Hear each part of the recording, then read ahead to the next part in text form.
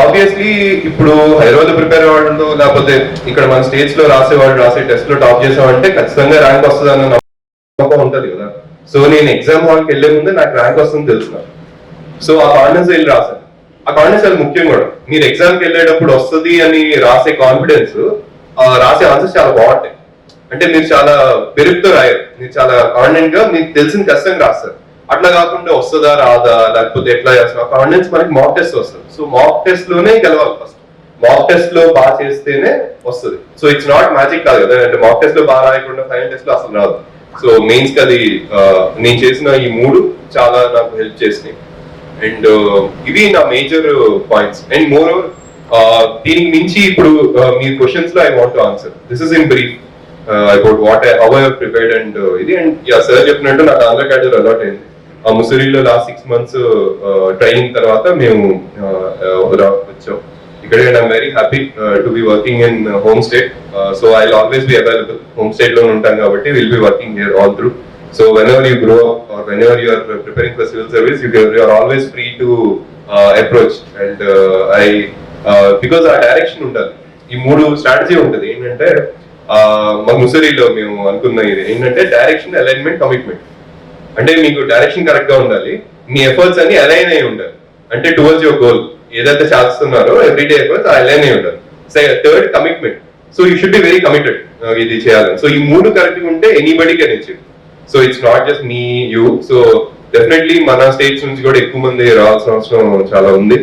So sir, so in brief I wish to conclude here. I'm open to your questions. Thank you.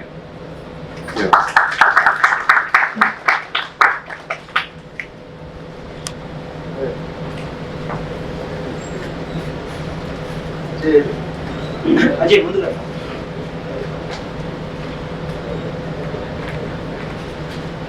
మనం sir చెప్పింది విన్నారు కదా.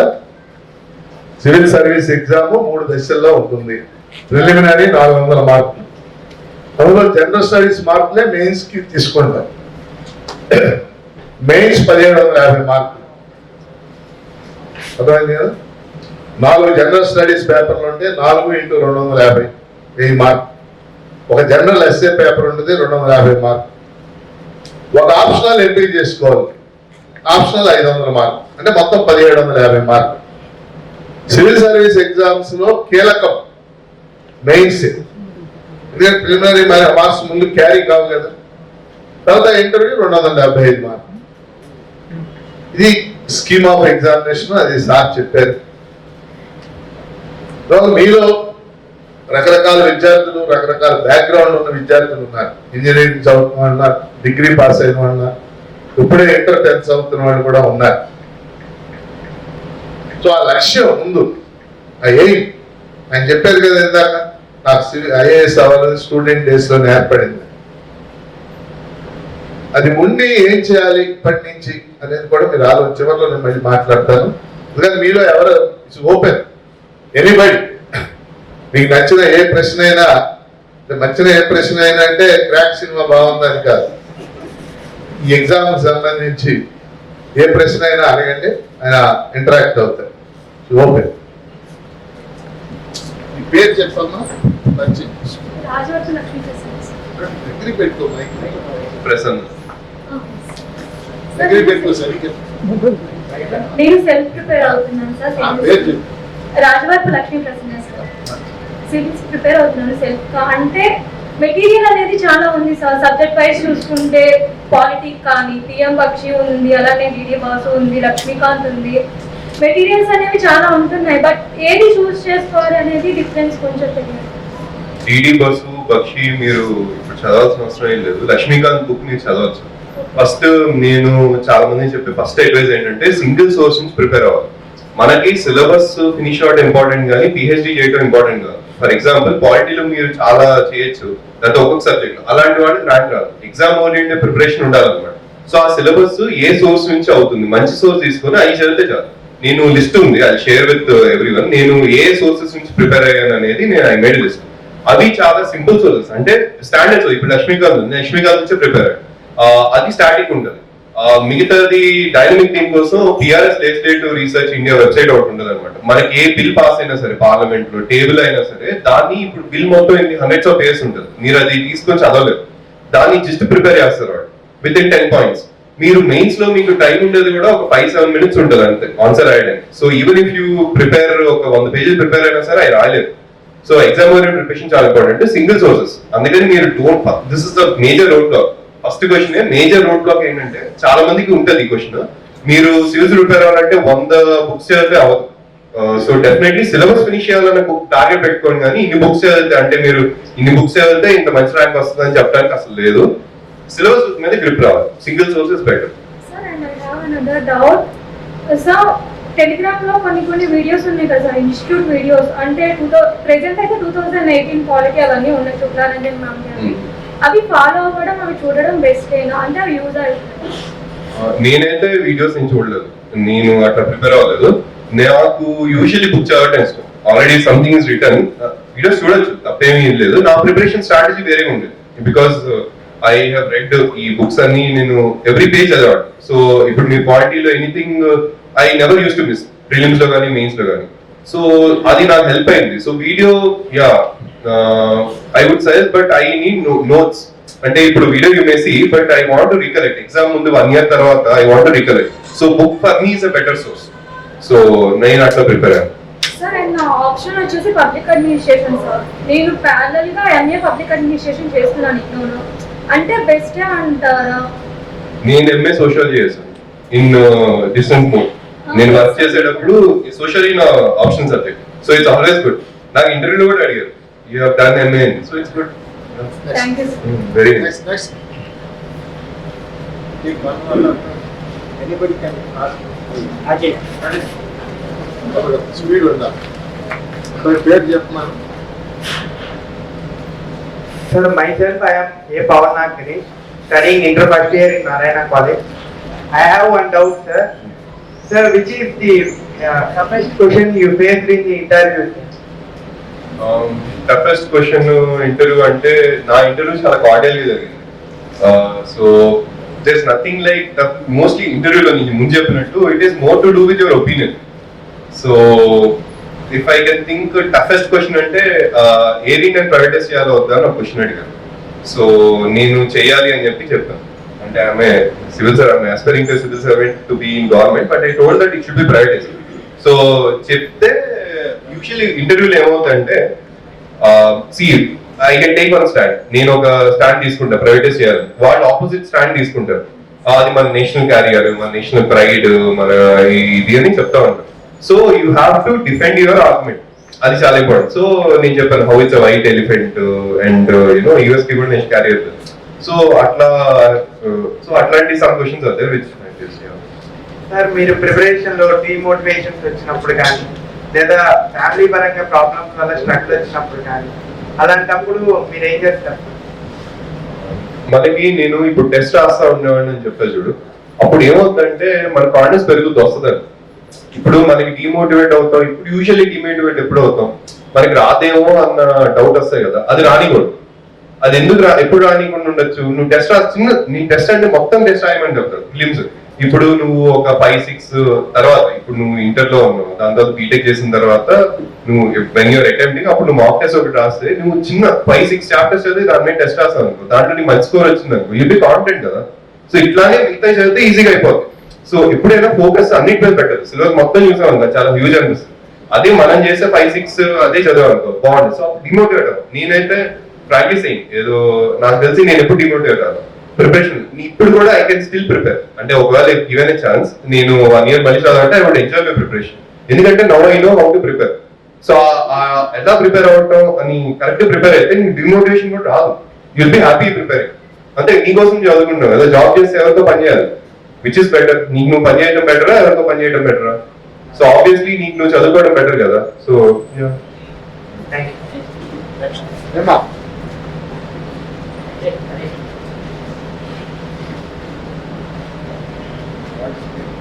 Sir, good evening sir. Good evening.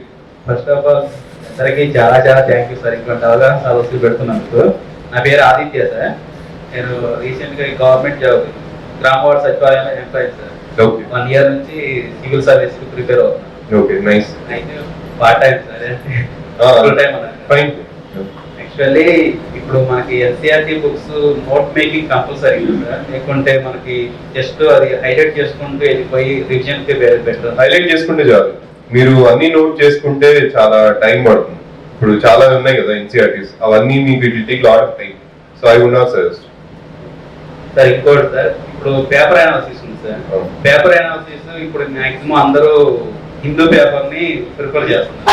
Compulsory అదే చదవాలా, ఏది చదివినా సరే మనకి కంటెంట్ అనేది ఇంపార్టెంట్. ఒకటేంటంటే పేపర్ అనాలిసిస్ లో చాలా మంది చేసే తప్పు ఏంటంటే మళ్ళీ నోట్ ప్రిపేర్ చేస్తూ ఉంటారు. అంటే పేపర్ తీసుకొని దాన్ని 1 hour చదివి దాంతో మళ్ళీ నోట్స్ యాక్చువల్లీ డేలో చాలా టైం వేస్ట్ అవుతుంది దానివల్ల. సో నా సజెషన్ ఏంటంటే, ఒకటి హిందూ పేపర్ అడిగారు కదా, హిందూ పేపర్ ఒకటే చదవద్దు. You should look at other papers కూడా.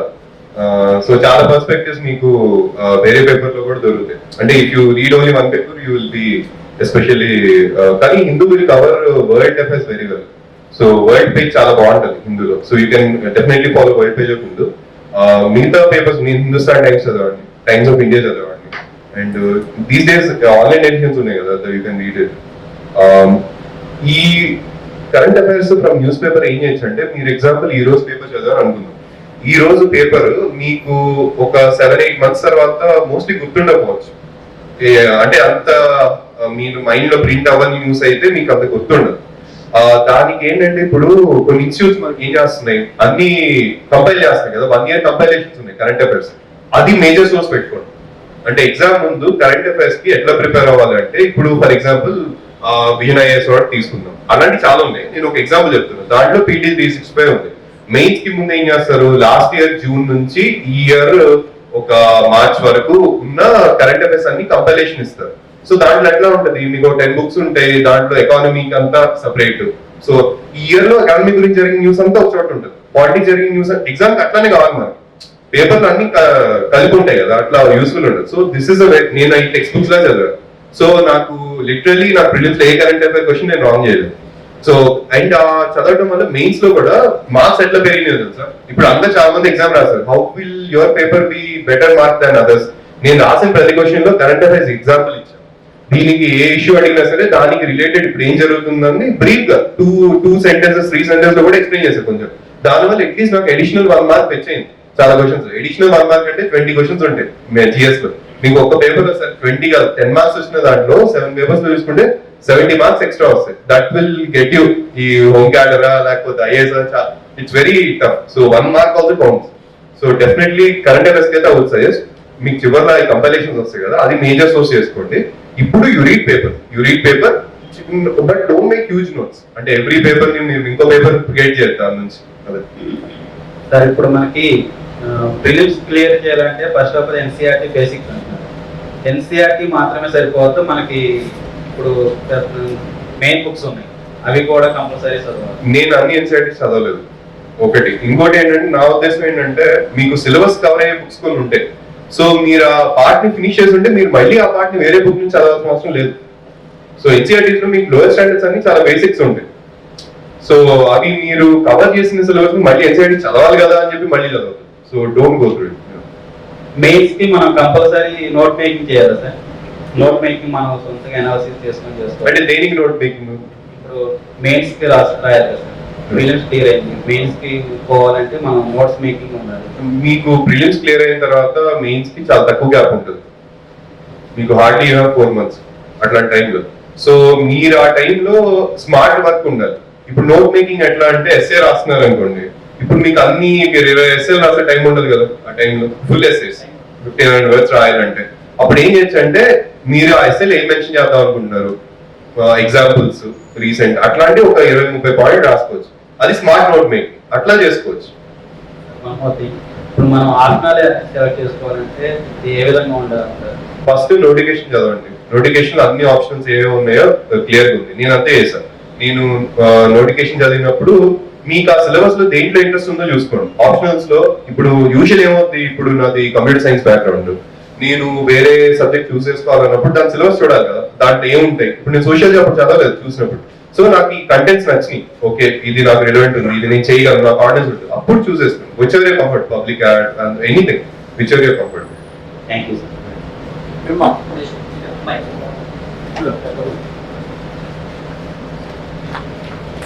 Sir, myself Ashwini. Hi. I took HPG in Inter, sir. HPG I took. Sir, which subject I need to take in degree, sir? HPT HPG, sir. History, Public Administration and Geography. Okay Which is best subject in degree, sir? First నేను చెప్పినట్టు I cannot tell you which is the best for you in degree. It will depend on your interest and ఇది. And but ఇంకొకటి, don't ever take degree based on this exam. అంటే exam కి use అవుతుందని చెప్పి degree చేయొద్దు. So it's not like, అంటే మీరు for example నేను బీటెక్ చేశాను, I wanted to do it. నేను అది చేసి దాని తర్వాత గ్రాడ్యుయేట్ అయిన తర్వాత యూ కెన్ డూ ఎనీథింగ్. ఇప్పుడు and I did MA sociology out of my sheer interest. So that's not a primary ఇది. సో సిమిలర్లీ మీకు ఇష్టమైన whatever you feel like and whichever you are comfortable in. And ఇంకా I would suggest on rather ఇది which ever course you definitely which ever course you feel right. I would not Sir, NCERT notes అనేవి prepare చేసుకోవడం important అంటారు. See, NCERTs చాలా ఎక్కువ ఉంటుంది. There are many NCERTs.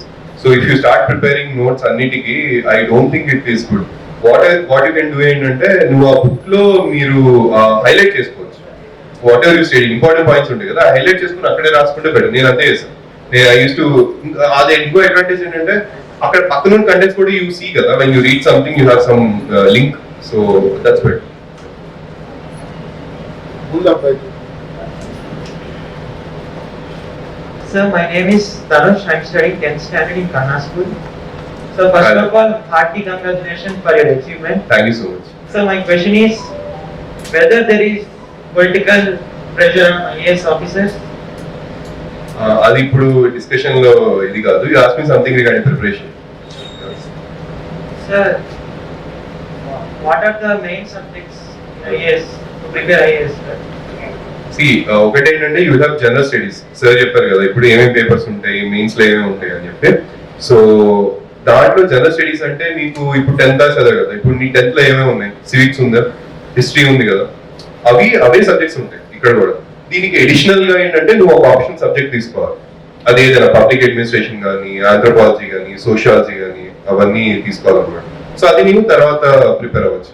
But ఇప్పుడు నువ్వు చేయగలిగింది ఏంటంటే, నువ్వు 10th క్లాస్ బుక్స్ కానీ ఇప్పటిదాకా ఏం చదువు, 7th, 8th, 9th, 10th ఉంటాయి కదా నీ టెక్స్ట్ బుక్స్, అవి బాగా చదువు. సో స్టడీస్ టెక్స్ట్ బుక్స్ ఏవైతే ఉంటాయో అవి మళ్ళీ అంటే ఫండమెంటల్ ఇవే ఉంటాయి. నేను రాసింది ఏంటి, ఫండమెంటల్ రైట్స్, ఫండమెంటల్ డ్యూటీస్ ఏముంటాయి, ఈ మన కాన్స్టిట్యూషన్ స్ట్రక్చర్ ఏంటి, కాన్స్టిట్యూషన్ బాడీస్ ఏముంటాయి, ఎలక్షన్ కమిషన్ పవర్స్ ఏంటి, ఇవే ఉంటాయి. ఇవన్నీ నీకు 10th దాకా ఉంటాయి. సో దానికి నువ్వు ఫస్ట్ నీ టెక్స్ట్ బుక్ లో ఉంది చదివి మిగతా చదువుకో. These are subjects, you don't worry. ఇంకోటి నోటిఫికేషన్ చదువు. నోటిఫికేషన్ ఉంటది కదా మనకి, నువ్వు జస్ట్ గూగుల్ సెర్చ్ చేస్తే సివిల్ సర్వీస్ నోటిఫికేషన్ అని రీసెంట్ నోటిఫికేషన్ ఉంటే దాంట్లో నీకు పెద్ద నోటిఫికేషన్ అది. అంటే if you read every bit దాంట్లో నీకు క్లియర్ గా ఉంటుంది. ఇఫ్ యూ రీడ్ నోటిఫికేషన్ నీకు అసలు డౌట్ లో ఉంటుంది ఎగ్జామ్ గురించి. Do that. Sir, another question, who is your inspiration? Inspiration అంటే నాకు మా ఇంట్లోనే ఇన్స్పిరేషన్, మా నాన్నగారు నా ఇన్స్పిరేషన్ నాకు. ఎందుకంటే మా నాన్నగారు నన్ను ఎప్పుడు ఇది అవ్వాలి అని చెప్పలేదు. కాకపోతే he always believed in me, నేను కరెక్ట్ చేస్తాను ఇదని. So he's my inspiration. He's very hard working. పాపకి ఏమా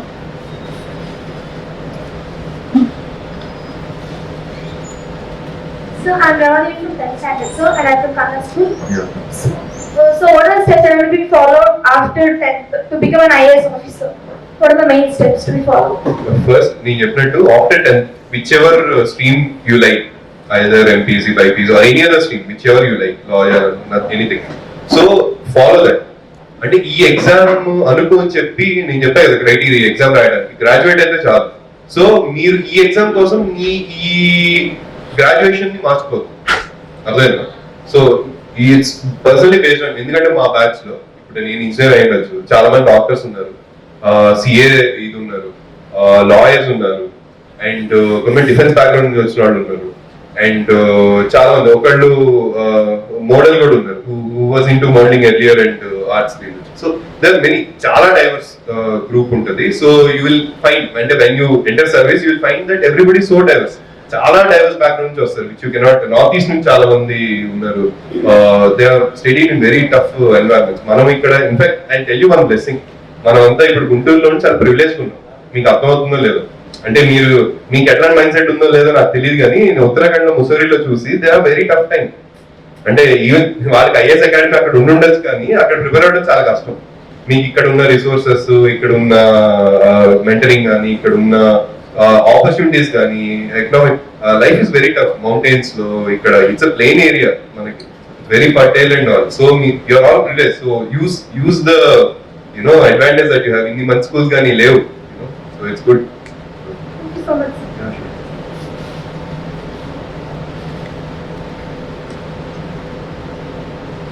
Good evening, sir. Good evening. My name is Hardik Chilkala. Currently, I am pursuing BTech first year in the stream of Computer Science and Artificial Intelligence. Okay, Heartily congratulations for your achievement, sir. Thank you. Myself, sir నాకు ఒక doubt ఉంది. అది students two type of categories ఉంటారు. Number 1 is smart work చేసేవాళ్ళు, రెండోది hard work చేసేవాళ్ళు. ఇప్పుడు ఏ type category వాళ్ళకి కాస్త స్మార్ట్ వర్క్ చేస్తే తొందరగా వస్తుందా లేదా హార్డ్ వర్క్ చేస్తే తొందరగా వస్తుందా? ఇద్దరికి వస్తుంది. First of all it is nothing smart work చేసే వాళ్ళకే వస్తుంది. Smart work depend. నేను చెప్పా కదా, సింపుల్ క్రైటీరియా. ఈ ఎగ్జామ్ ఒకటే క్రైటీరియా. ఏంటంటే ఆ సిలబస్ మీద గ్రిప్ ఉంటాం. అది నువ్వు స్మార్ట్ వర్క్ చేసి తెచ్చుకున్నావా, హార్డ్ వర్క్ చేసి తెచ్చుకున్నావా, at end of the day it doesn't matter first of all. But I would suggest that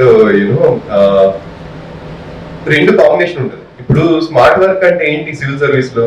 ఇప్పుడు నేను చేసింది ఎలా డిఫైన్ చేయాలి? నేను 10 hours 12 hours చదివాను, but I did not follow multiples. నేను 10 పుస్తకాలు ఒక దానికి చదవలేదు. మరి అక్కడ స్మార్టే కదా. అంటే you have to choose your sources smartly. You have to choose when to write exam smartly. అది చాలా స్మార్ట్ గా చేయాలి. Then when you choose them smart, you have to hard work to make them realise. అది నువ్వు చేసుకుని goal. Then it's a combination. Sir ఇంకో doubt ఉంది sir. అది చాలా మంది ఇంటర్వ్యూ వరకు వెళ్ళి అక్కడ ఫెయిల్ అయిపోతూ ఉంటారు. అదే అంటే ఇప్పుడు ఇంటర్వ్యూలో ఆగిపోవడం వల్ల మళ్ళీ క్వశ్చన్స్ రాయాల్సి ఉంటుంది ఫిలిమ్స్ మీద.